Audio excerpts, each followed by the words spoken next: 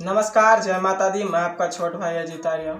तो दोस्तों, जो भी मेरे चैनल को सब्सक्राइब नहीं किए हैं, सब्सक्राइब कीजिए और वीडियो को लाइक कीजिए और ज़्यादा से ज़्यादा शेयर कीजिए। तो चलो ज़्यादा टाइम ना गवाते हुए वीडियो को स्टार्ट करते हैं।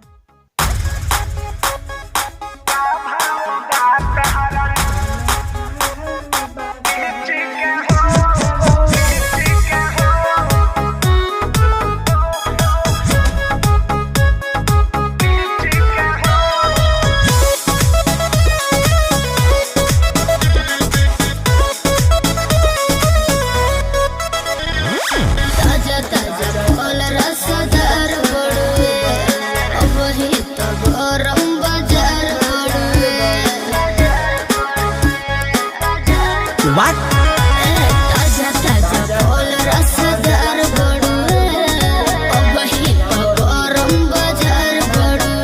चलो ठेला पाया के लाले हम बीछी के हो, चलो ठेला पाया के लाले हम बीछी के हो।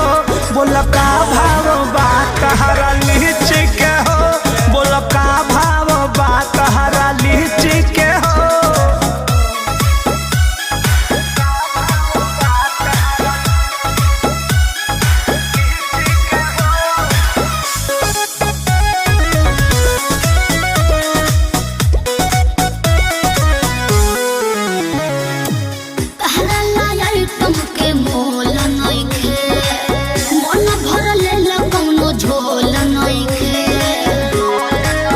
अरे अच्छा, तब तो हर का प्राइज बा।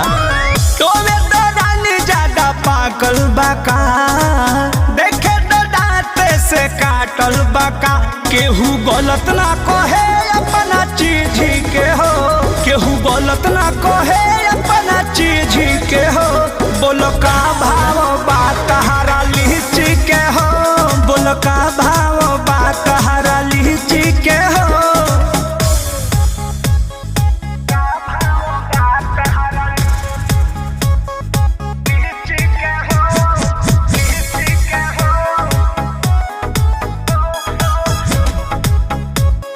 वीडियो को अंत तक बने रहिएगा, लाइक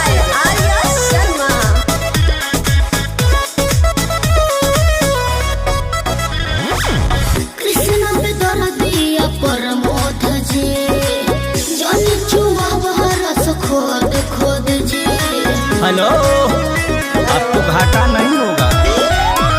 एक पाई ना तोहरा घाटा होई, छोड़ दे मखा के जदी खाटा होई। हाथ भीतरी ले जालू काहे खींची के हो, हाथ भीतरी ले जालू काहे खींची के हो।